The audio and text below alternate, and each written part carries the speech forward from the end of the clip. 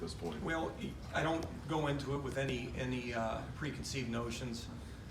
Take it for what it is and try to get better every day. I know it's coach speak, and what we're trying to do is just find ways to improve every day. And off every practice, off every game film that we review, find ways to get better. And how can we help him become the best quarterback that he can be? We're not there yet. And the best part is he knows that there's a lot of room to improve. So it's fun working with him. It's fun working with Coach Day, and we just need to keep on the path that we're on and just be consistent in our approach on a day-to-day basis. Is there like anything specific that you want him to get better at? I'm sure it's everything, but is there any, like one thing that's at the top of the list? Well, I think the two things that we always preach is just eyes and feet. Make sure your eyes are right. Your eyes are where they need to be. You're focused on whatever movement key it is, at whatever specific route we're running or whatever specific coverage it is we're going against. Make sure your eyes are where they need to be, and then make sure your feet are where they need to be. Be rhythm, be on balance, and throw the ball with good timing. Very important. Far left, Lori. Coach, Justin said that he thought he had an issue with his footwork a little bit on Saturday, this past Saturday, but that it wasn't an issue he felt he had a lot of trouble with the first two games. As his position coach, when you hear something like that or see something like that, is it more of a concern because it hasn't been a problem consistently, or less of a problem because it hasn't been cropping up consistently? I think it's so early still that when you say the word consistently, I don't know how much sample size we have for that to even come up. We need to continue to improve upon those things that I just mentioned with our eyes and with our feet, and be more consistent, whether it be in our drill work, and then carry it over to drills like 7-on-7, and see it in team, see it in practice, and then see it in the games. But you can go across the whole spectrum of quarterbacks, whether NFL or college, and you can nitpick footwork and try to get better at those components of the fundamentals that we teach every day. And there's always room to improve. There's always something throughout a game where the footwork could have been a little bit more efficient. And those are the things that we try to critique and get better at every game, every practice. I think going into this season, the assessment from outside the program was there were concerns about depth at quarterback here, and yet you've gotten some good backup play, and from what I'm hearing, you've gotten good performances from your scout team quarterbacks. Could you discuss what they've been bringing to you guys? Well, they are very dependable, and I'm not down there when the scout team's going against our defense. But the young coaches on defense do give us feedback of how they're performing so that we can help them and encourage those guys to give great effort, and they have been giving tremendous effort. And JP Andrade, for example, played a lot of scout team wide receiver last week and gave tremendous effort. That's the type of attitude that permeates throughout this whole entire team. Front row, and that was Lori from 610 WTVN. Front row right, Austin from Letterman Row. Mike, what to this point has given Chris the edge to be the first guy off the bench? Well, I think, his approach, I think a little bit more familiar with the system, and we're still, working through the evaluation process and evaluating those guys on a day-to-day basis. So each practice brings an opportunity for us to take a closer look and to give those guys more reps and to see, who will be as we continue to move throughout the season. How different is it to manage that or evaluate once you get into the season? You want Justin to get ready on Saturday, it's not training camp. The reps, I would think, are smaller for those two to compete. How do you manage that once you get into the year? You have to be really smart, and you have to try to organize it in a fashion of what plays suits them the best, what they feel most comfortable with, and what areas they need to grow, and what specifically we need to do to help prepare them the best to win us a football game. Front row right, Joey from the Columbus Dispatch. Mike, is there a point in the season where you need to settle on a backup quarterback, or is that something a bridge you don't have to cross until your QB1 were to be missing for an extended period of time? I guess, how do you kind of I think the repetitions are so precious that it's very important to come to that conclusion. At the same time, it's in our best interest to keep two guys competing against one another. And trying to bring out the best and making sure that we're sharpening our skills as much as we possibly can, and then getting the guy ready as well. So it's a balance between the two. Front row right, Tim from Letterman Row. Yeah, Mike, as you watch your receivers and stuff, what are you seeing develop from that group? Are you seeing them playing better as weeks go on with Justin, when Justin breaks the pocket, et cetera? What are you seeing from that? And then specifically, Chris Olave seems to be taking it up a notch. What's your view of him? Well, he's a very explosive receiver, and he's very consistent. And he practices really hard, and his want to is extremely high. He wants to get better every day, and he wants to find ways to improve.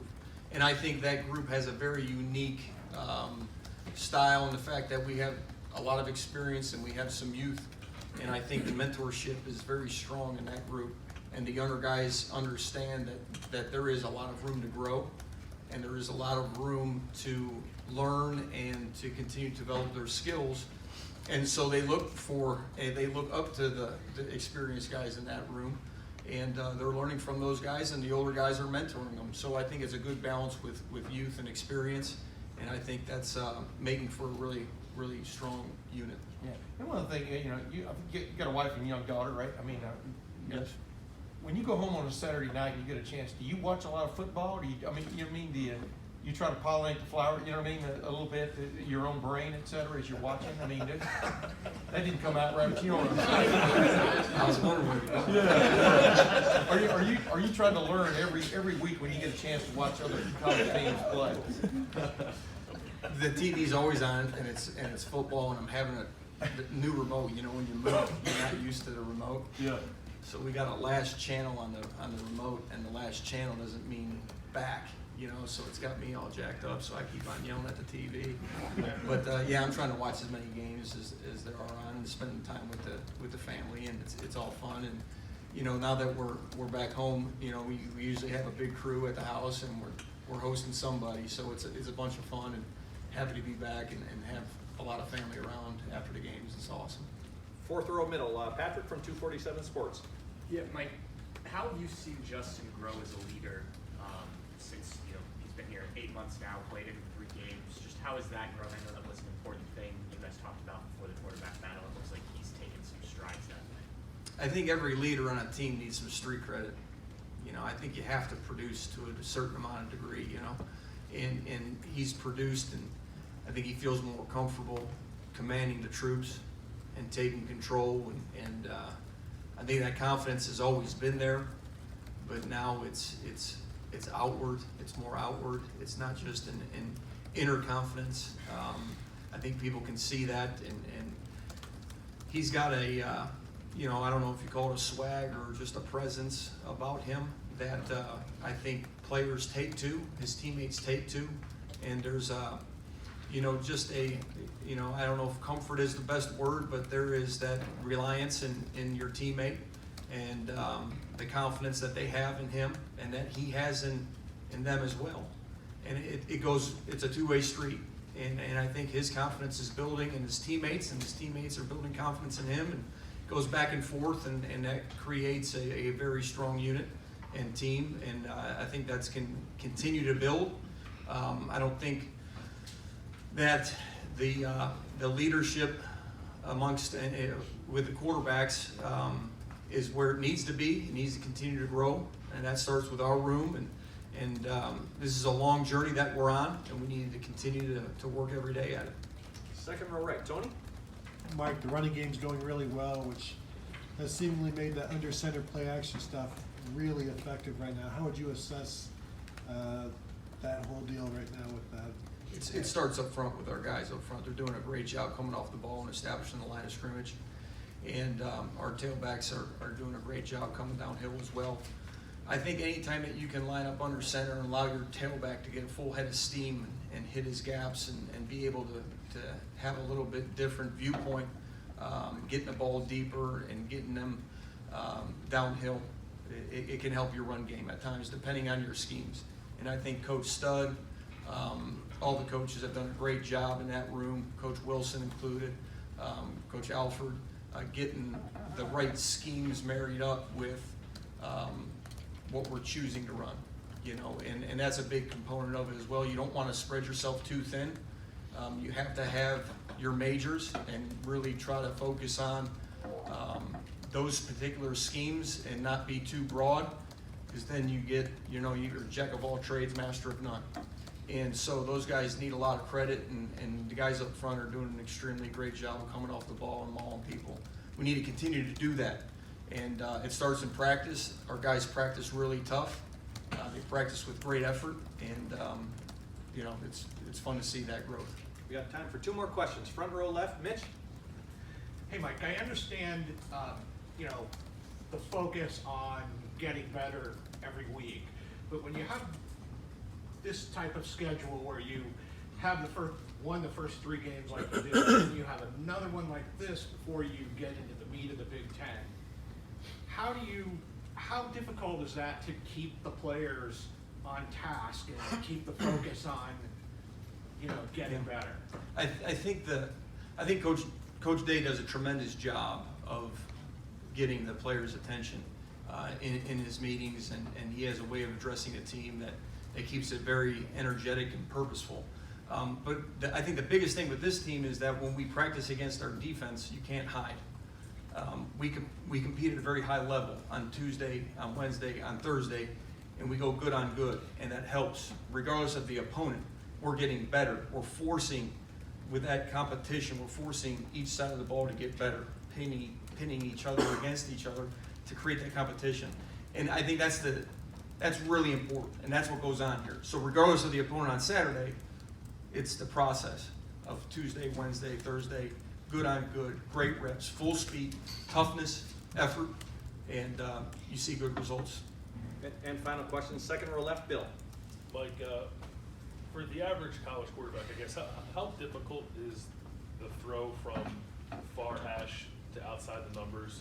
Justin makes it look really easy sometimes, and how much does his ability to do that open up things for your offense passing game? I think it's a very interesting point that you bring up. I think it can be very difficult if you're not loaded up, if you don't have good transfer of weight, if you don't have good timing, if you don't have a good rapport with your receivers, if you don't have good protection. There's a lot of things that come into it. How are you protecting those field throws? What particular coverages are you going against? Many factors fall into that. But the most important factor is the ability to have the arm strength to get it there. And he has that, obviously. At the same time, we have to be correct in our footwork, in our transfer of weight, and how balanced we are, and all of that plays into that. And most importantly is protection. I know I praised the offensive line earlier on their run blocking, but the pass blocking is just as good thus far. And those are the main keys in making field throws. Are you able to have a more diverse passing game because of that? You can attack basically the entire field. I think so, yeah, for sure, right? You're not limited in certain ranges and certain types of throws, so you can attack all the areas of the field that you need to. Yes, sir. Coach, I got one more. Sorry about that. Front That's row all right. left, Doug. All the things you guys do in the passing game, where does explosiveness fit into what you want to do in terms of taking care of the ball, moving the chains? How does the risk reward of making big plays fit into your plan? It's a great question. Again, you don't want to be 2nd and 10.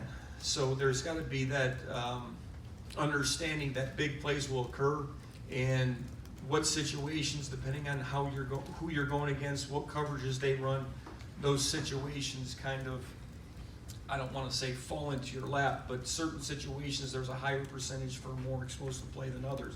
Some of it may be on 3rd down, depending on how much man they're covering or playing. And some of them may be on 1st and 2nd down, depending on what types of schemes that you have from a play action standpoint. But the biggest thing is you want to stay on schedule, so there's that balance. And you know that's why you see certain teams try to stay on schedule on 1st and 10 and not taking shots down the field because they don't want to play behind the sticks. So that is the conversations that we constantly have on a day-to-day basis as far as which schemes we plan on going with in the game and what are our 1st down calls, what are 2nd down calls. And Coach Day does a tremendous job of making sure that, building progressions within our structure so that the deep ball is not there. You simply take your checkdowns and you're still being efficient with your throws and managing the game and staying on the schedule. Those are the keys. The hard ones are when you're calling a two-man route, you know, and you're taking a shot down the field. And I think the biggest thing is when you're calling those plays, you have to have faith that your guys are gonna get open. You have to like your matchup. So who are you going against? What's the matchup? All of those things come into factor when trying to manufacture explosive plays down the field. And last thing on Justin, he's played so well, you guys have played so well offensively. When we talk to Justin, he's pretty straightforward. He's not giving us a lot of juicy quotes about how good he is so far. Why is he like that? Oh, you'd have to ask him and his dad and the folks that raised him. I mean, I can't go into, you know, the psyche of him and why he's not juicy, as you say. I don't know. Yeah. I